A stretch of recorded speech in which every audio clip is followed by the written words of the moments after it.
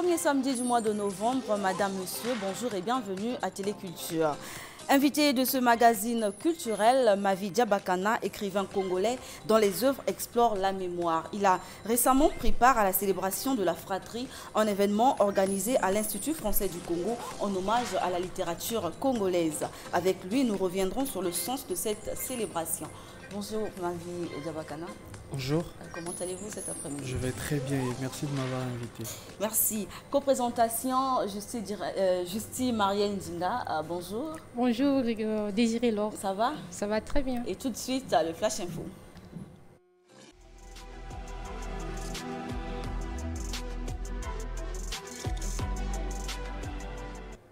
Très heureuse de vous retrouver cet après-midi téléculturel. Bonjour et bienvenue au Flash Info que nous démarrons par cette actualité. Le 1er novembre de chaque année, l'Église catholique universelle célèbre la fête de tous les saints, une fête qui honore la mémoire de tous les saints connus et inconnus. Célébration marquée par des traditions variées à travers le monde, souvent associées à la visite des cimetières où les familles se rassemblent pour fleurir les tombes de leurs illustres disparus. Seulement, cette fête ne fait pas l'unanimité, même en milieu chrétien. Suivez ces réactions. La Toussaint est la fête de tous ceux qui ont milité, ont plongé leur robe dans le sang de l'agneau, tous ceux qui ont vécu dans cette sainteté de Dieu. Organiser la fête pour les morts, et une fois par an, dans l'islam, ça n'existe pas. Le Saint-Prophète sallam n'a jamais commandé et les musulmans n'ont jamais fêté ça. Et d'abord, selon l'islam, selon le prophète Mohammed sallam, chaque fois que vous trouvez l'occasion, il faut visiter les tombes. Il y a des objectifs pour visiter les tombes. Le premier, que chaque fois que vous visitez, vous allez rappeler qu'un jour vous serez aussi ici.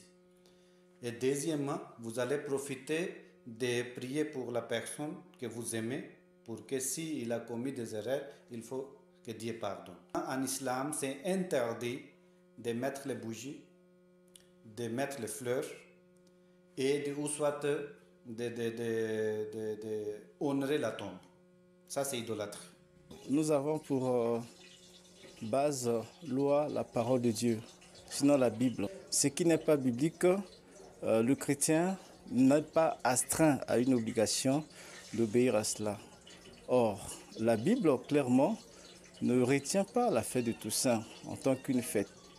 La fête de Toussaint n'est pas une fête que le chrétien doit en tout cas célébrer, sinon il ne doit pas aller forcément désherber la tombe ou bien entretenir la tombe de son parent le jour du 1er novembre. Toujours dans le registre de célébration, à l'occasion du 80e anniversaire des Nations Unies, un salon d'emploi dédié aux jeunes et aux personnes vivant avec handicap s'est tenu le 22 octobre dernier à Brazzaville. Organisé par l'ONU, l'événement met en avant l'importance de l'inclusion et l'accès équitable aux opportunités professionnelles. Désiré Laure et David Ludis. Dans la salle de conférence et le hall du Palais des Congrès, l'effervescence est palpable. Stands d'entreprise, ateliers de coaching, associations œuvrant pour l'insertion professionnelle des personnes à mobilité réduite, plusieurs structures n'ont pas voulu manquer ce salon.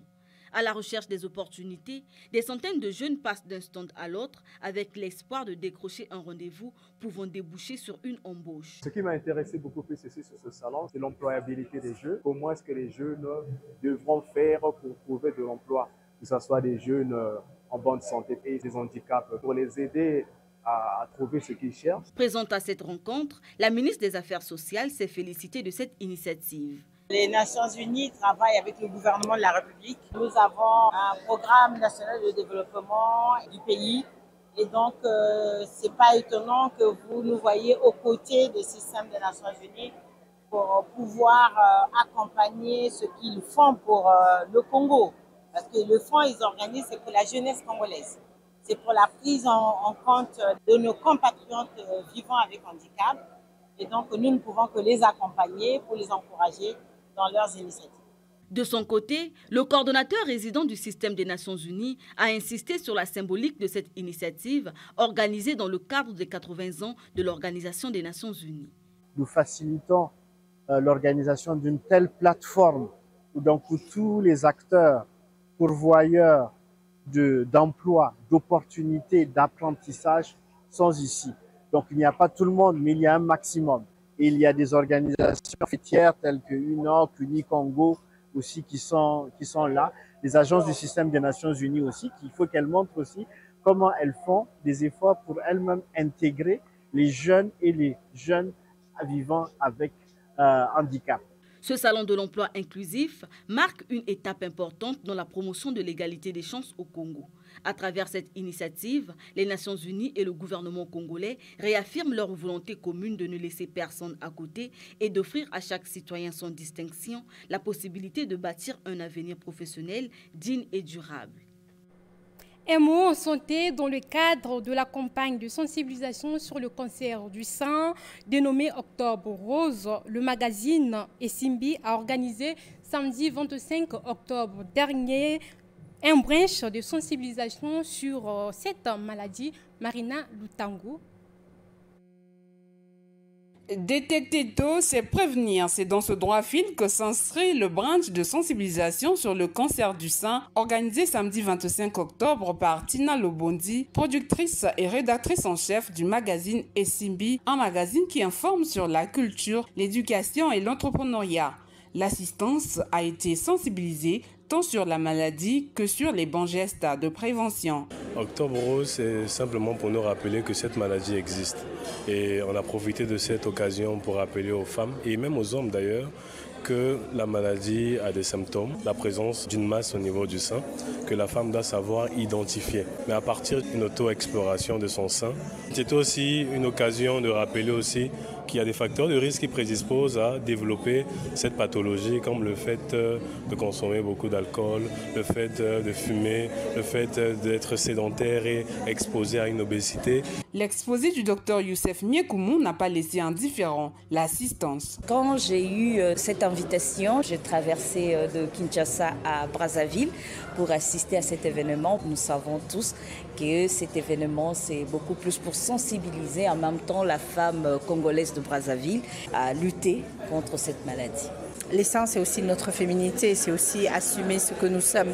Et si on peut aider à communiquer, à aider notre jeunesse, les jeunes filles de demain, à faire attention, à veiller, c'est un plaisir pour nous, bien entendu. Tina Lobondi revient sur les raisons qui lui ont poussé à organiser cette activité. L'intérêt pour moi, elle est assez personnelle parce que c'est quelque chose qui a touché quelqu'un dans ma famille. Et j'aimerais que, surtout en Afrique, on puisse prendre aussi ces cas du cancer un peu plus à cœur et d'en parler. Les organisateurs entendent organiser chaque année un brunch de sensibilisation sur le cancer du sein. En littérature, quel avenir pour la littérature congolaise 30 ans après la disparition de Sylvain Tari, l'un des acteurs principaux de la fratrie congolaise littéraire qui a eu lieu du 28 au 31 octobre dernier à l'Institut français du Congo. Au nombre des activités prévues, une exposition photo que notre équipe a d'ailleurs visitée. Suivez le reportage pour en savoir davantage.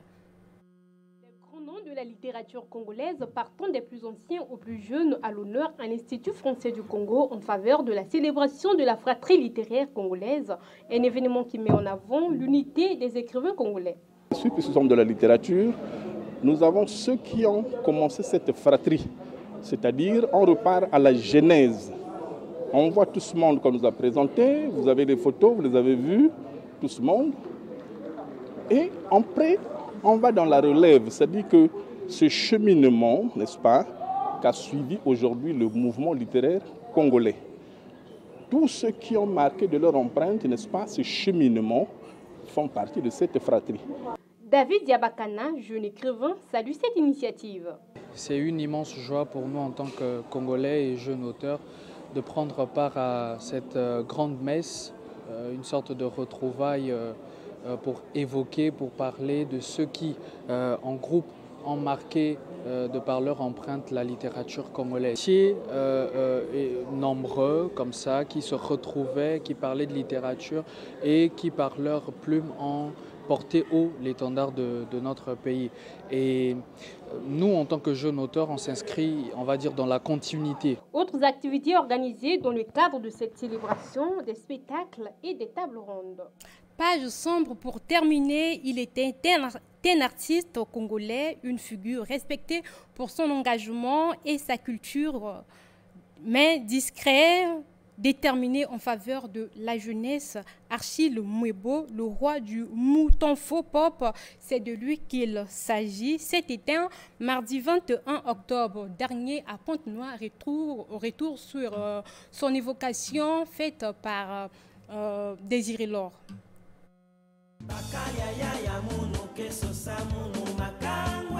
Cette douce voix ne se fera plus entendre sur la scène musicale congolaise car la mort a eu raison d'elle. Achille Mwebo, figure emblématique du Moutefo Pop, a de son vivant marqué la sphère musicale grâce à ses chansons rythmées et engagées. Achille s'était imposé comme un véritable artisan de la transmission des savoirs culturels. Animateur d'ateliers, coordonnateur de projets culturels et mentor pour de nombreux jeunes artistes, il avait la réputation d'un homme de conviction, capable de mobiliser des moyens modestes pour créer des plateformes d'expression locales. Artiste musicien, guitariste, auteur, compositeur et interprète, il puisait son inspiration des traditions kouni, héritage de son ethnie du département du Niari. C'est en 1993 qu'il se dévoile au grand public grâce à son titre « Satan m'a jalousé », une chanson de style rock évoquant son infirmité. Né le 10 septembre 1971 à Pointe-Noire, Achille Mwebo, le Moutefo-man, comme l'appelaient ses intimes, découvre très tôt le théâtre et la musique. Après ses études, il consacre sa vie à l'accompagnement des jeunes talents avec pour mission de promouvoir la culture congolaise, notamment dans des écoles, les quartiers périphériques, à travers des ateliers de fortune, pour permettre aux jeunes de rêver grand.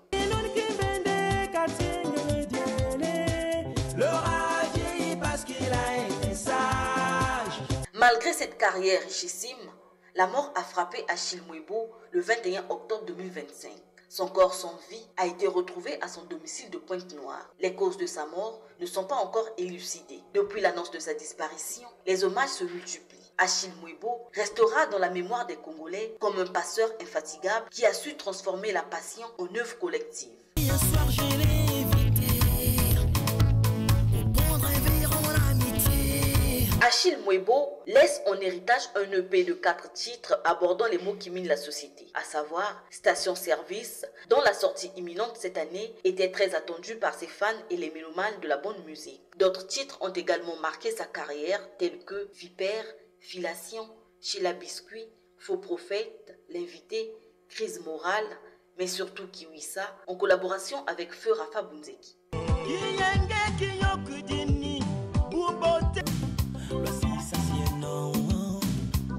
La disparition d'Achille Mwebo laisse un grand vide dans le milieu culturel congolais. Mais comme le dit un dicton, l'artiste ne meurt jamais, que son âme repose en paix. Voilà qui met un terme à ce Flash Info. Merci à vous de l'avoir suivi.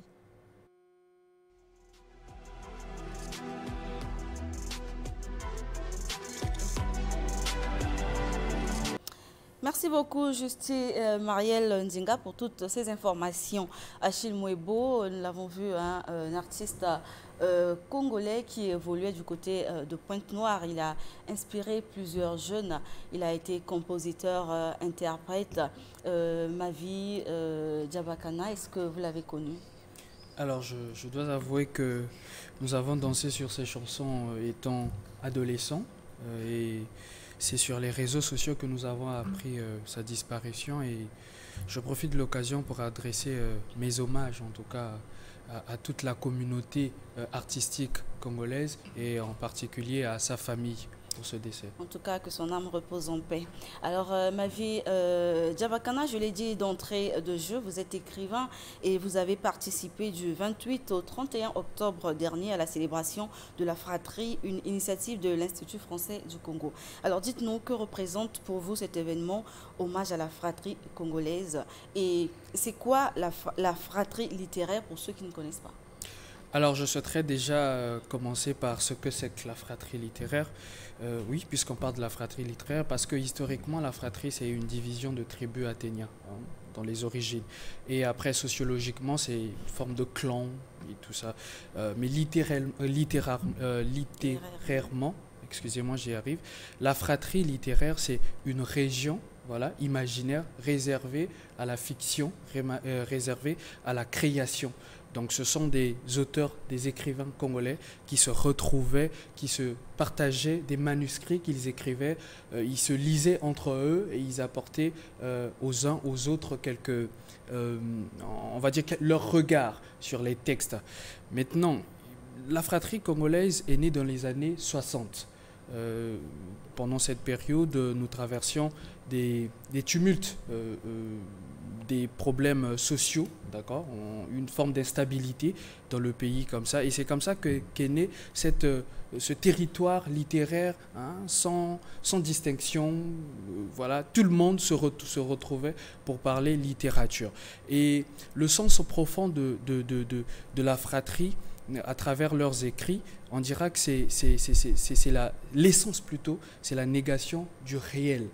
C'est-à-dire, ils écrivaient pour porter leur voix, ils écrivaient pour décrier, parce qu'ils écrivaient pour montrer, parce que montrer, c'est en quelque sorte prendre position, lutter pour une cause. Et c'est ce qu'ils faisaient.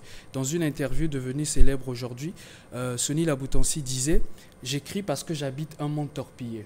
Voilà. Et il y a aussi Tchikaya Outamsi, pour ne citer que, qui dit « Il se peut qu'à coup de lèvres, je force les portes du paradis, que j'y sois reçu par des oreilles tressées, par toutes les oreilles tressées, pour qu'on entende mon message congolais que j'apporte, que mon âme apporte. » Donc on comprend que le besoin d'écrire, c'était le besoin de s'exprimer. Et c'était aussi un besoin de réalisation de soi. Aujourd'hui, si on parle de fratrie littéraire congolaise, c'est parce que c'est un regroupement, c'est une confraternité qui a porté haut la littérature congolaise. Et c'est dans ce cadre que nous avons rendu hommage. Donc, en quelque sorte, c'était une célébration qui marquait la reconnaissance du mérite de ces pionniers de la littérature congolaise. Et il était question pour nous aussi de regarder quel héritage, qu'est-ce qu'on en fait, comment nous, les littéraires aussi d'aujourd'hui, parvenant à nous démarquer. S'il est vrai que la littérature, dans le fond, est un chemin solitaire, mais la littérature, c'est s'ouvrir vers autrui. Et donc, dans cette condition-là, il nous revient à nous de prendre cet héritage en termes d'exigence vis-à-vis de soi et pour faire briller aussi les lettres congolaises par l'excellence. Donc, en quelque sorte, c'est ce que constitue la fratrie littéraire. Alors, pensez-vous que la jeunesse d'aujourd'hui, les jeunes écrivains d'aujourd'hui sont vraiment sur les traces, sur les pas de ces anciens écrivains? Alors, je ne serais pas pessimiste. Je ne serais pas pessimiste. Puisque vous également, vous êtes un jeune écrivain. Oui, en effet, voilà, donc je ne serais pas pessimiste. Je pense qu'il y a de la matière, la relève, elle est là. Encore faut-il travailler avec exigence. Nous avons eu la grâce de rencontrer Emmanuel Dongala, qui était là aussi au niveau de la fratrie, mais bien avant la célébration de la fratrie, lorsque nous discutions, il n'arrêtait pas de marteler sur un fait, l'exigence vis-à-vis de soi. Et c'est comme ça qu'on arrive à se démarquer. Et avec Maxime Debeka aussi, qui est un grand nom de la littérature congolaise que j'ai eu la chance de rencontrer, il a dit la même chose. Avec Blaise Bilombo Samba, c'est la même chose aussi. Donc on comprend par là que si l'on veut se démarquer, il nous faut être exigeants vis-à-vis de nous-mêmes. Et c'est par là que commence d'abord le travail de fond qu'il faut faire. Des têtes, il y en a, oui, il y en a des têtes qui parviennent à se démarquer. Il y a, bon, le mot il est haïssable, mais bon, il y en a, ils sont nombreux. Je ne sais pas si vous voulez que je les cite. Oh, ça va, bon, vous pouvez citer peut-être un ou deux. Oui, il y a Fanatiki, il y a Pensée Sem, voilà, il y a Emeraude Kouka. D'accord. Alors, lors de cette célébration, vos photos ont été exposées aux côtés de ces grandes figures de la littérature, Sonny Laboutansi, Sylvain Mbemba, Emmanuel Dongala, vous l'avez cité, Henri Lopez. Alors, vous, en tant qu'écrivain, quel a été votre ressenti en voyant vos photos aux côtés de ces grandes figures?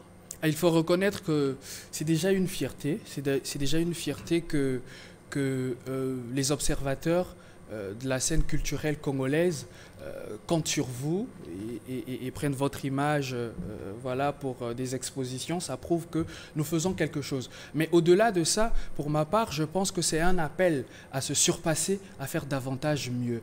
Et toutes ces photos qui ont été exposées, c'est dans le cadre de la célébration, non pas seulement de la fratrie littéraire, mais aussi de toute la communauté littéraire congolaise. Mavi, vous êtes jeune écrivain et vous l'avez dit sur ce plateau que les jeunes écrivains ont pris de la relève face à la littérature congolaise. Comment percevez-vous le monde, comment percevez-vous le monde de la littérature congolaise après la disparition de Sylvain Tari? 30 ans après sa disparition. Alors, après la disparition de Sylvain Tari Mbemba, c'est la question qui était posée même de savoir qu'est-ce qu'il en est aujourd'hui de cette fratrie. Est-ce que cette fratrie existe toujours avec la même ferveur?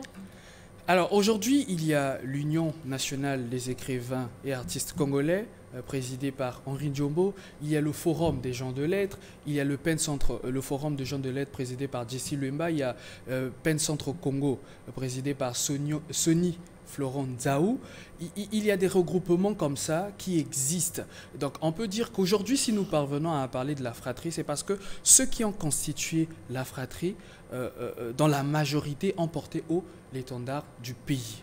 Maintenant, ce qu'il faut savoir, c'est quoi? C'est que, je l'ai dit d'entrée de jeu, que la littérature est un chemin solitaire. Lorsqu'on s'engage dans la littérature, on ne s'engage pas parce qu'on a un tel qui est à nos côtés qui va nous porter. Ça vient après. Il faut d'abord faire ses preuves. Donc, ce qu'il en est de la littérature de la fratrie aujourd'hui, on dira qu'elle existe. Peut-être pas comme avant, mais elle existe. Pour ma part, je reçois des textes de certains de mes amis que je lis et je donne mon avis. Eux aussi, en retour, ils lisent mes textes et me donnent leur avis. Je pense que c'est en ce sens... En fait, c'est ce qui fait la force de cette fratrie. Oui, c'est ce qui fait la force de la fratrie, en fait. Et puis, la fratrie a été caractérisée par quelque chose d'assez particulier. Et peut-être qu'aujourd'hui, qu'on ne retrouve plus véritablement, c'est la franchise. C'est la franchise. Parce qu'avec la fratrie, on s'oubliait soi-même pour essayer de regarder à la nation qu'on représente lorsqu'on va à l'extérieur. Et donc, il fallait en ce temps-là proposer quelque chose qui sera accepté par toute la communauté, on va dire, universelle de la littérature. Et lorsque, aujourd'hui, quelqu'un me fait parvenir son texte ou que je renvoie un texte à un ami pour le lire, cet ami-là, au nom de la fratrie, entre guillemets, doit être capable de me dire avec franchise, justement, que mon texte, voilà ce que j'ai relevé comme problème, voilà, objectivement, bien sûr, pour m'aider, moi, en retour, d'affiner toutes ces remarques-là et proposer quelque chose de bien.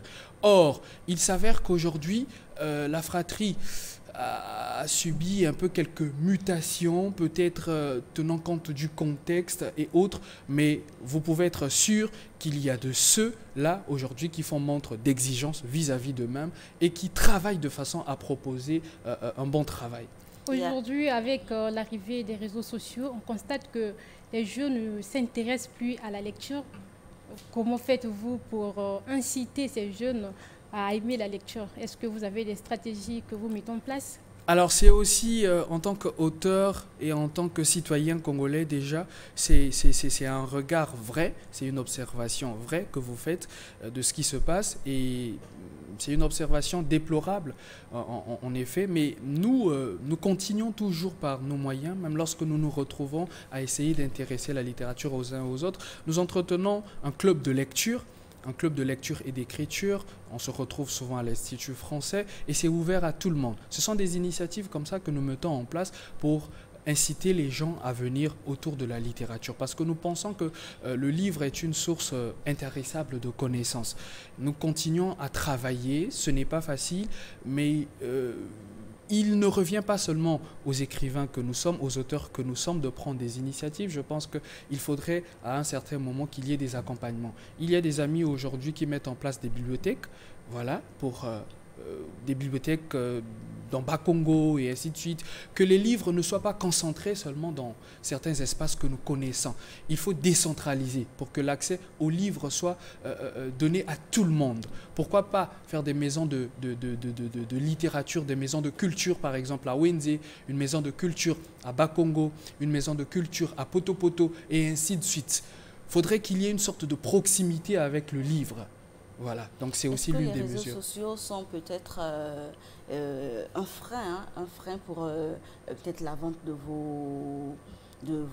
vos ouvrages. Est-ce que ça retarde un peu parce qu'avant il n'y avait pas de réseaux sociaux. Il fallait peut-être s'acheter un livre, aller lire à la maison. Mais aujourd'hui avec les réseaux sociaux on a la possibilité peut-être de cliquer sur le nom de Mavi Diabakana et on a tout ce qu'il faut.